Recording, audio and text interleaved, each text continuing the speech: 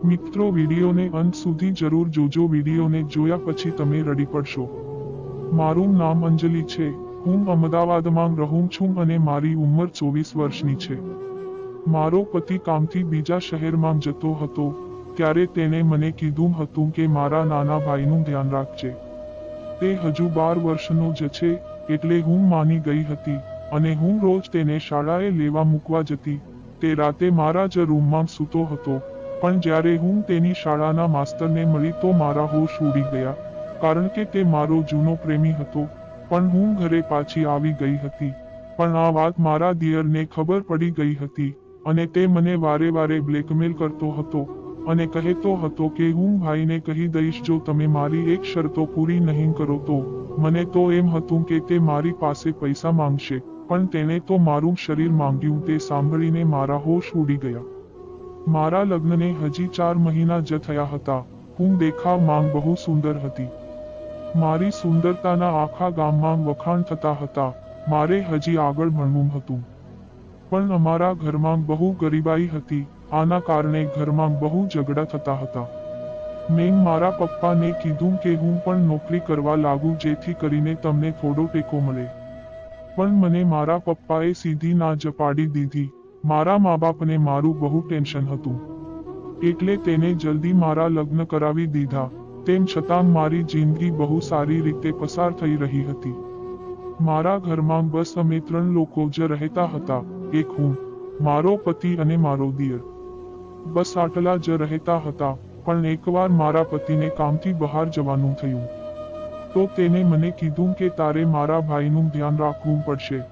મેં કીધું સારું, તમે જરાય ચિંતા ના કરતા, તે મારા નાના ભાઈ જેવો જ છે. હું રોજ તેને શાળાએ લેવા મૂકવા જતી હતી. પણ મારો દિયર રહેતા રહેતા હવે મોટો થતો હતો. તેમ છતાં પણ મારે તેની સંભાળ રાખવી પડતી હતી અને હવે તો તે મોટો થઈ ગયો હતો તો તેને જાતે જ હવે તેની સંભાળ રાખવી પડે. પણ આ વાત મારા પતિ સમજવા તૈયાર ન હતા અને મેં મારા પતિ સાથે વધારે ધડ ના કરી અને રોજની જેમ બંનેનું ધ્યાન રાખવા લાગી. એકવાર હું મારા દિયરને શાળાએ મૂકવા ગઈ તો શાળાના ગેટની અંદર એક સુંદર જવાન માણસ જતો હતો. જેવું મેં તેની પાસે જઈને જોયું તો મારા હોશ ઉડી ગયા, કારણ કે તે કોઈ બીજું નહીં પણ મારો જૂનો પ્રેમી જ હતો. પણ મને થયું કે તે અહીંયા કઈ રીતે હોઈ શકે. થોડા વર્ષો પહેલા જ તે મરી ગયો હતો. મને કાંઈ સમજાતું ન હતું. પણ વધારે વિચાર્યા વગર હું મારા દિયર અમિતને લઈને ઘરે આવતી રહી. પણ ઘરે આવી તો મારો પરસેવો છૂટી ગયો, કારણ કે મારો દિયર કહેવા લાગ્યો કે ભાભી તમને શું થયું છે. આ સાંભળીને હું ગભરાઈ ગઈ. મને થયું કે આને મારું રાજ ખબર પડી ના પડી જાય તો સારું. પછી મેં મોઢું ઊંચું કરીને અમિતની સામું જોયું તો તે મને એવી ભૂખની નજરથી જોતો હતો. તેની આંખોમાં વાંસના દેખાતી હતી. મને નહોતું લાગતું કે તે 12 વર્ષનો છોકરો હતો. મારા દિયરે મને એવો ઝટકો આપ્યો હતો કે હું ધ્રુજવા લાગી હતી. મેં જલ્દી તેને મારા રૂમમાંથી બહાર કાઢ્યો અને મેં મારા રૂમનો દરવાજો અંદરથી બંધ કરી દીધો. મને બહુ ડર લાગતો હતો. મને થતું હતું કે મારો આટલો 12 વર્ષનો નાનો દિયર મારી સાથે શું કરવા માંગતો હશે.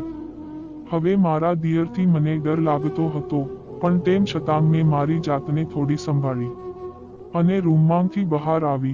હવે મને મારા પિતાની વાત યાદ આવતી હતી. તે હંમેશા એવું કહેતા હતા કે જે ઘરમાં 2 છોકરા એકલા હોય તે ઘરમાં દીકરીને ના અપાય. પણ મારી માંગ નહોતી માની. તેને જબરદસ્તીથી મારા લગ્ન અહીંયા કરાવી દીધા હતા. મારા લગ્ન જ્યારે મયુર સાથે થયા ત્યારે તે મારું બહુ ધ્યાન રાખતો હતો. પણ તેને હવે બીજી નોકરી કરવી પડે તેમ હતી, કારણ કે હાલમાં તેને જે નોકરી હતી તેનાથી ઘરનું ગુજરાન ચાલે એમ નહોતું. એટલે તેને હવે શહેરની બહાર નોકરી કરવી પડે તેમ હતી. તે મને કહેતા હતા કે મારે આ નોકરી માટે બહાર જવું જ પડશે. તેમ છતાં હવે એકલા મને બહુ ડર લાગતો હતો. પણ હવે મારે મારા દિયર સાથે જ એકલા રહેવાનું હતું. મને નહોતી ખબર કે મારા પતિ બહાર ગયા પછી મારી જિંદગી સાવ આવી થઈ જશે. પણ એકવાર મારા દિયરની શાળામાં વાલી મીટિંગ હતી તો હવે મારા સાસુમાં તો આ દુનિયામાં ન હતા. એટલે હવે મારે જ ના છૂટકે તેની માની જગ્યાએ વાલી મીટિંગમાં હાજર રહેવું પડ્યું હતું. પછી જેવી હું મીટિંગમાં ગઈ તો મારા હોશ ઉડી ગયા. સામેની ખુરશી પર જ મારો જૂનો પ્રેમી બેઠો હતો. તે મને જોઈને ઊભો થઈ ગયો. તેના મોઢા ઉપર જે સ્મિત આવેલું તે એકદમ પહેલા જેવું જ હતું. તે એકદમ મારી સામું જોતો રહ્યો. અમિત મારો દિયર મારી બાજુમાં જ બેઠો હતો. તેને કીધું કે સાહેબ આ મારા ભાભી છે. ત્યારે તો તે ભાનમાં આવ્યો હતો.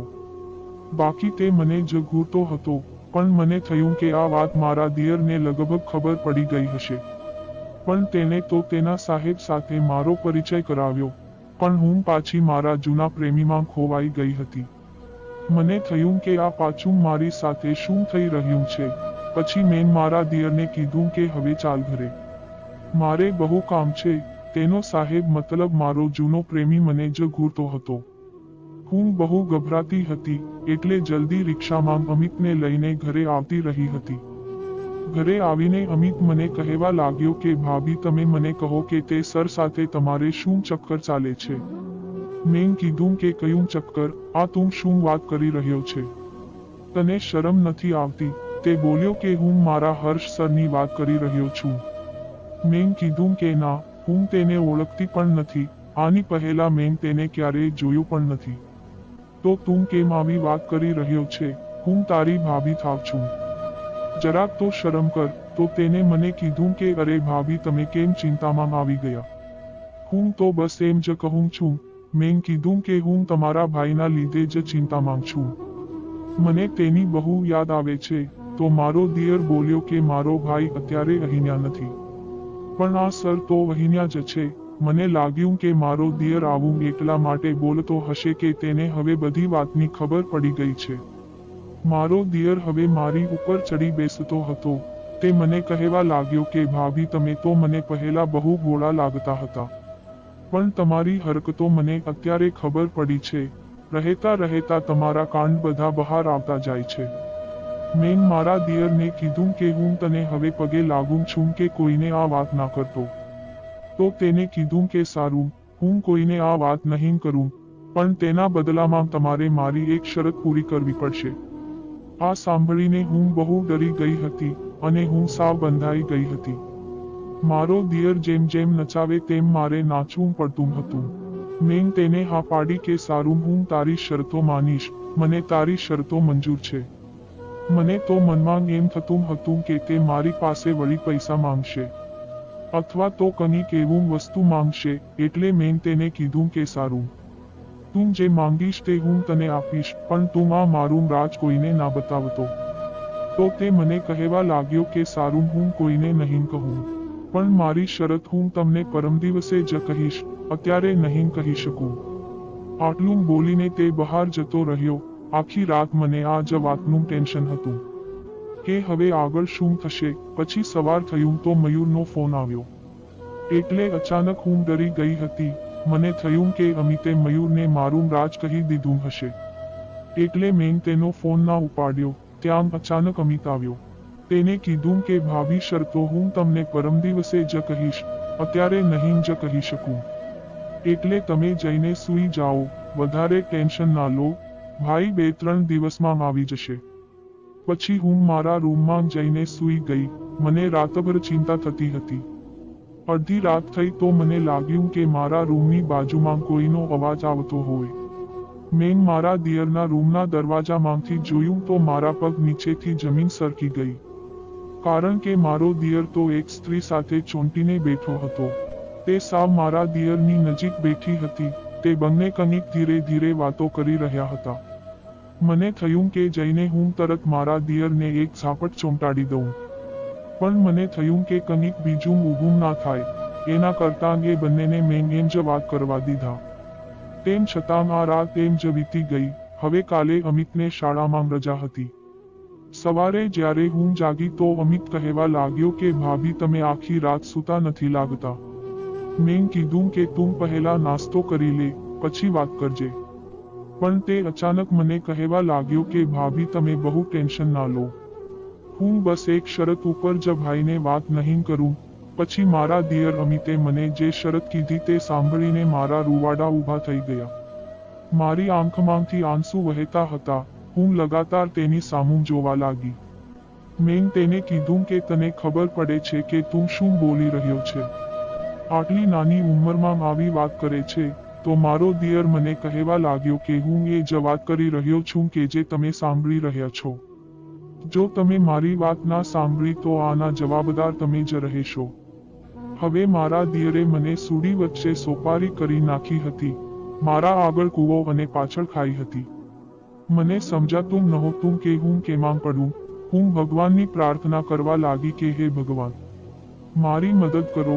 મારો દિયર મને આમાં ભેળવીને બહાર જતો રહ્યો. તે હવે મારો દુશ્મન બની ગયો હતો. મારા દિલમાં તેના માટે નફરત જ નીકળતી હતી. થોડી વાર થઈ તો તે બહારથી જલ્દી આવી ગયો. તરત તે મને કહેવા લાગ્યો કે ભાભી બોલો. તમે શું વિચાર્યું છે? મેં કીધું કે તું કયા જન્મનો બદલો મારી પાસે લઈ રહ્યો છે? મેં તારું શું બગાડ્યું છે? તો તે મને કહેવા લાગ્યો કે ભાભી હું કોઈ બદલો નથી લેતો. હું વળી શેનો બદલો લઈ શકું? તમે તો મારી માંગ સમાન છો. માને કોણ આવી રીતે હેરાન કરે? મને હવે તેની આ વાતમાં કંઈક બીજું જ દેખાતું હતું. મને થયું કે મારા દિયરનું મોઢું જ દબાવી દઉં, જેથી કરીને તેને ભાન આવી જાય. તે મને કહેવા લાગ્યો કે ભાભી તમે આજે રાતે તૈયાર રહેજો. હું તમારી રાહ જોઈશ. મેં વિચાર્યું કે હે ભગવાન, આ દિવસ મોટો થઈ જાય અને રાત ના પડવી જોઈએ. છતાં વિના ડરે હું મારું કામ કરવા લાગી હતી. આમ જ રાતના 9 વાગી ગયા હતા. મને વિચાર આવતા હતા કે હવે મારું મોત મારી નજીક આવી રહ્યું છે. જેવી રાત પડવા આવી તો ત્યાં અચાનક દરવાજો ખખડ્યો. મને બહુ ડર લાગતો હતો. છતાં હું મારી જાતને મારા કામમાં બહુ વ્યસ્ત રાખી હતી. અને થોડીવાર દરવાજો એમ જ ખખડતો રહ્યો, છતાં મેં ના ખોલ્યો. તો દરવાજો એની જાતે જ ખુલી ગયો. જેવો મેં પાછળ જોયું તો પાછળ તો મારો દિયર અમિત જ ઊભો હતો. તેની પાસે અલગ એક મારા રૂમની ચાવી હતી. તે ચાવી વડે તેને દરવાજો ખોલી નાખ્યો હતો. ત્યારે મારા રૂમમાં આવી ગયો હતો. તેને મને પૂછવાની બહુ કોશિશ કરી, પણ મેં તેને કાંઈ જવાબ ના આપ્યો અને તે કંટાળીને ત્યાંથી જતો રહ્યો. મેં મારા રૂમનો દરવાજો બંધ કરી દીધો અને શાંતિથી સૂઈ ગઈ. સવારે જ્યારે જાગી તો મેં તેને કીધું કે તું હવેથી શાળાએ તારી જાતે જતો રહેજે. મારે હવે બહુ બધા ઘરના કામ હોય છે. મારું આવું બોલવાથી તે મારી સામું જોતો રહ્યો. પણ તે કાની ના બોલ્યો અને પોતાનું બેગ લઈને જતો રહ્યો. થોડી વાર થઈ તો હું પણ તેનો પીછો કરવા લાગી. મારે પણ જોવું હતું કે તે કેવા કાંડમાં પડેલો છે. તે બહાર જઈને કોને મળે છે અને શું કરે છે, કારણ કે તેની હજી ઉંમર બહુ નાની હતી અને તેના કામ બહુ મોટા હતા. હું તેની પાછળ પાછળ જતી હતી. તેને નહોતી ખબર કે હું તેની પાછળ આવું છું. હું વારે વારે રસ્તો બદલીને તેની પાછળ પાછળ જતી રહી. હું તેની શાળાએ પહોંચી તો મેં તેની શાળાના ચોકીદારને પૂછ્યું કે અમિત અહીંયા પહોંચી ગયો છે. તો તેને કીધું કે એ તો પહોંચી ગયો છે, પણ હું કાંઈ બોલ્યા વગર જ પાછી ઘરે આવતી હતી. પણ રસ્તામાં મને મારો જૂનો પ્રેમી હર્ષ મળ્યો હતો. તે મને કહેવા લાગ્યો કે તે મારી સાથે આવું શા માટે કર્યું.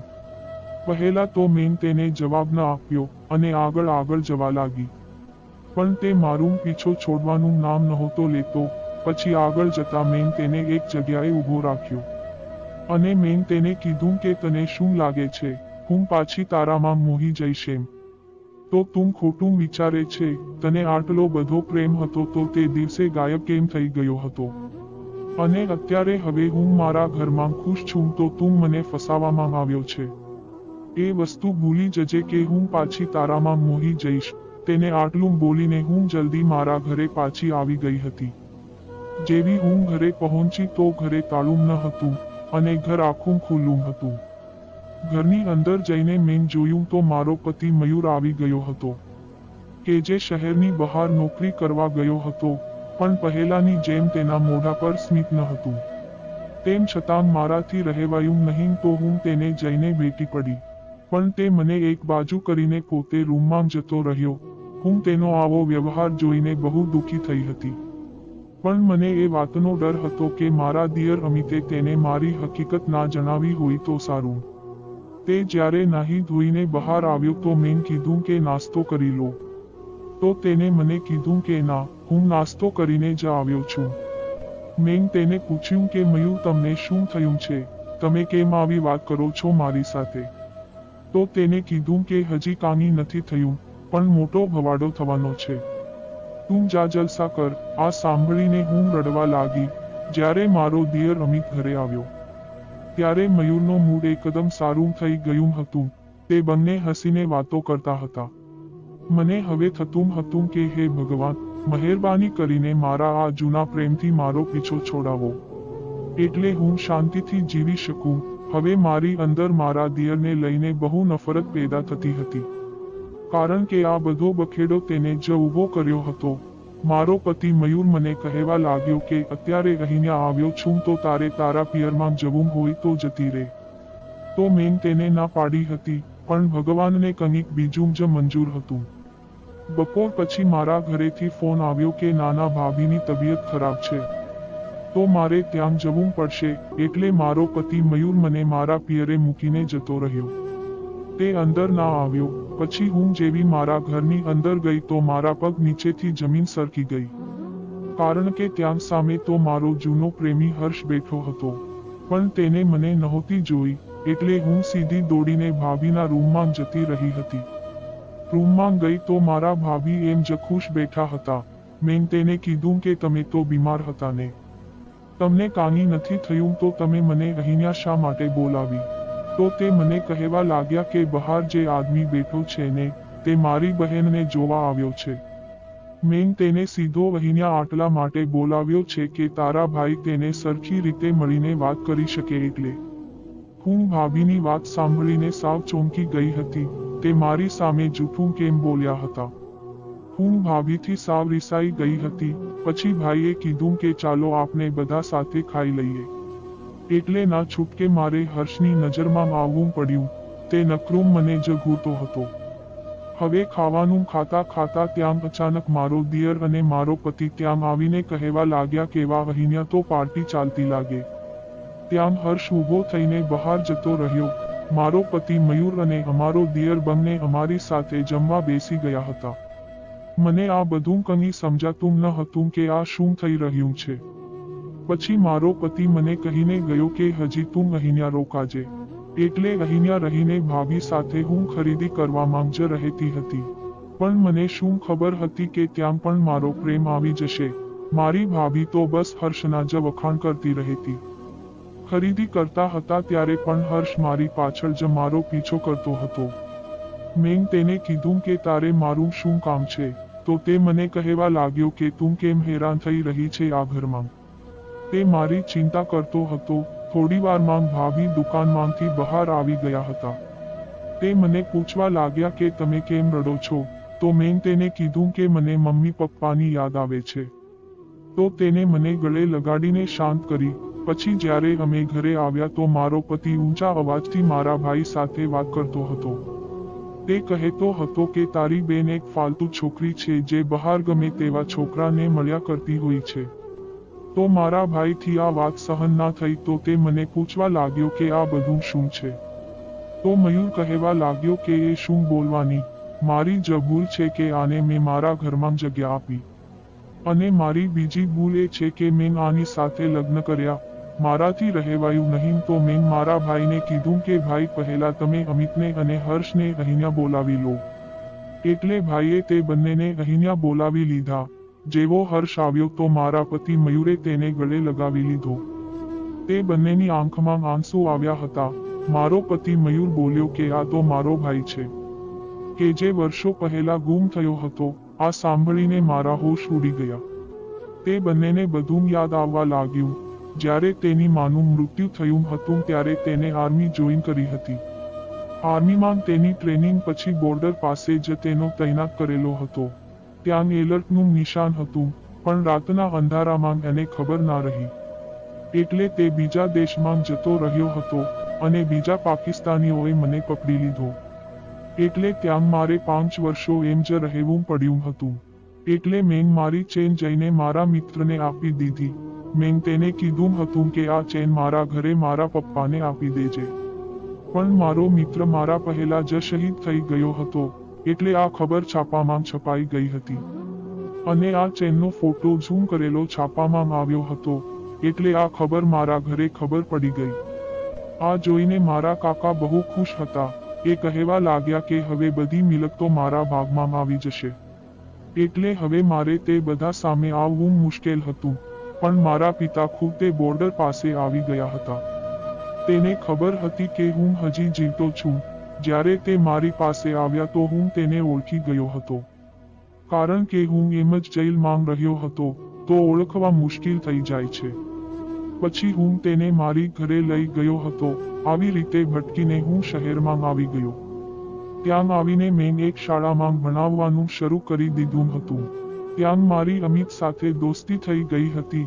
પછી એક દિવસે મેં ભાભીને જોયા તો મને કોલેજના દિવસો યાદ આવી ગયા હતા. અમે એકબીજાને પસંદ કરતા હતા, પણ પહેલાની વાતોના લીધે તે મને વધારે ભાવના આપ્યો. અને અમિતની કોઈ વાત ન માની, અને પિતા મારી સાથે જ હતા. તે રૂમમાંથી બહાર આવ્યા. આવીને તે ત્રણેય દીકરાને ગળે મળી ગયા હતા.